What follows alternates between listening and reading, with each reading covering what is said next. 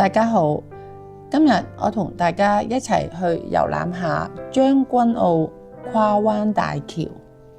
我哋現在到達咗康城站，咁咧就沿住呢個扶手電梯往康城站嘅大堂。轉右手邊就見到 B 出口嘅離開個車站。咁我哋又睇下個地圖嘅指示啦，跟住我哋就出閘啦。咁依照個指示牌前往將軍澳跨灣大橋。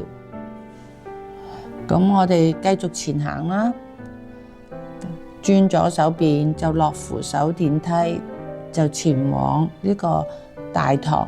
到達咗呢一個咧，就原來係巴士總站嚟嘅。咁離開巴士總站，再轉左邊，咁又見到呢個指示牌，便繼續向前行就可以㗎喇。沿途咧，原來見到好多人咧養嗰啲寵物狗狗啦，都好靚喎。繼續向呢個海濱方向前往。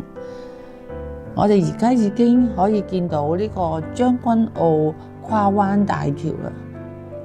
雖然今日嘅天色較為陰暗，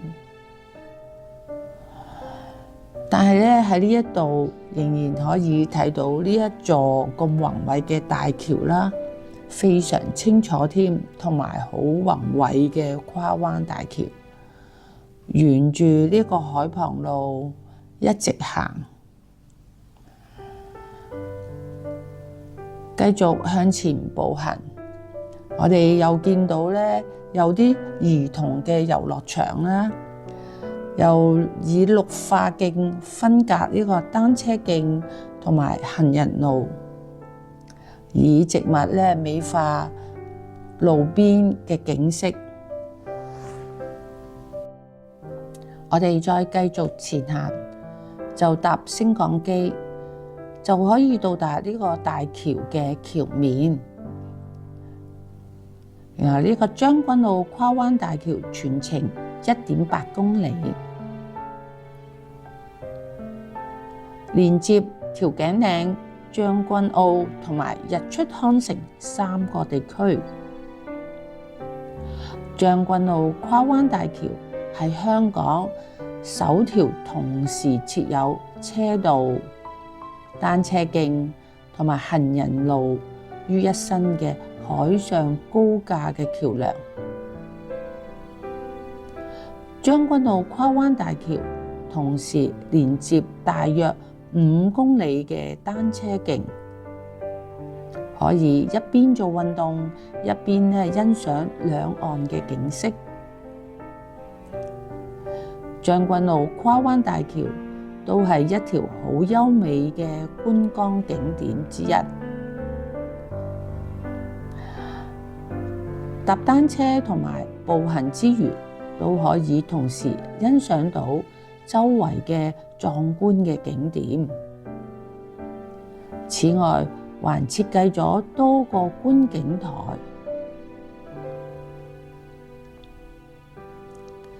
可以咧俯瞰呢個橋梁同埋周圍嘅景觀，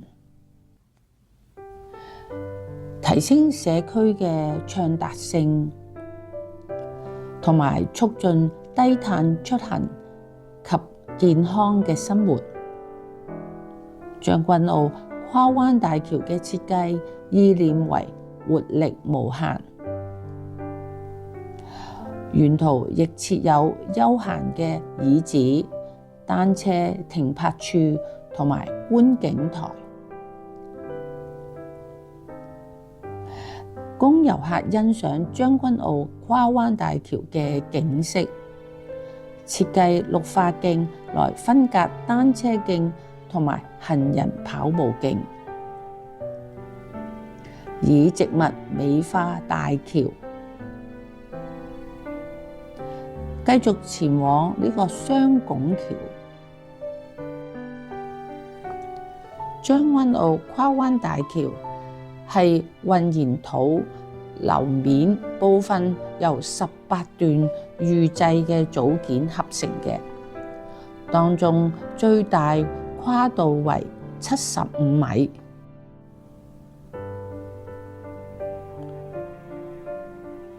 安裝過程利用咗多艘首次喺香港作業嘅巨型起重機躉船進行。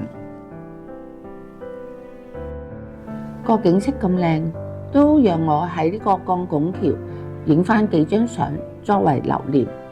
將軍澳跨灣大橋中央嘅鋼拱橋總長400米，雙拱主跨及其邊跨分別重達10000同埋5000公噸，以浮跨技術同大型半潛躉船，利用潮汐嘅漲退、自然嘅力量，將呢個鋼橋安裝喺呢個橋躉之上。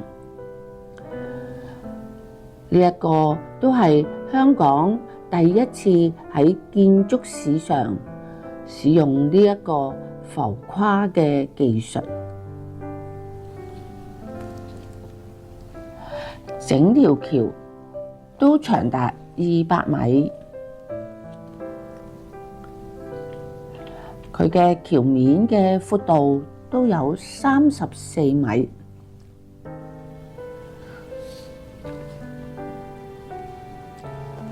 橋拱最高嘅離開水面呢，大約係70米。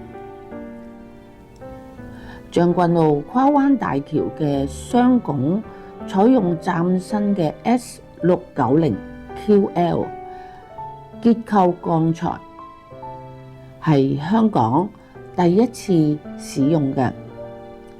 佢嘅堅硬度係比傳統嘅鋼材高成1倍咁多㗎。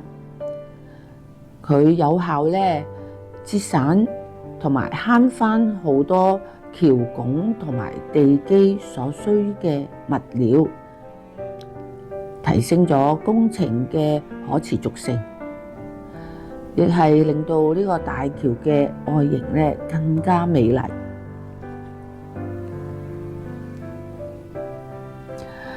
沿途咧綠化徑都有好多種植咗嘅植物同埋個壁畫作為美化嗰條橋啦。我哋繼續步行前往呢個將軍澳海濱公園，一邊步行一邊欣賞沿途藝術家畫嘅畫。喺呢一度，我哋可以睇到同埋欣賞到成條咧將軍澳大橋，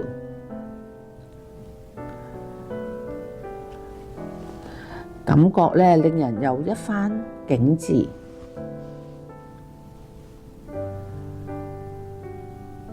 呢一度係可以望到全景，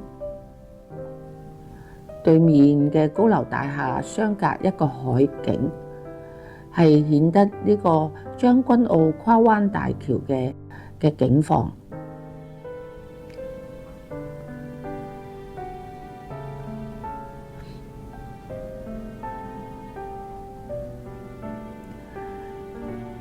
將軍澳跨灣大橋係喺2022年12月11號通車㗎。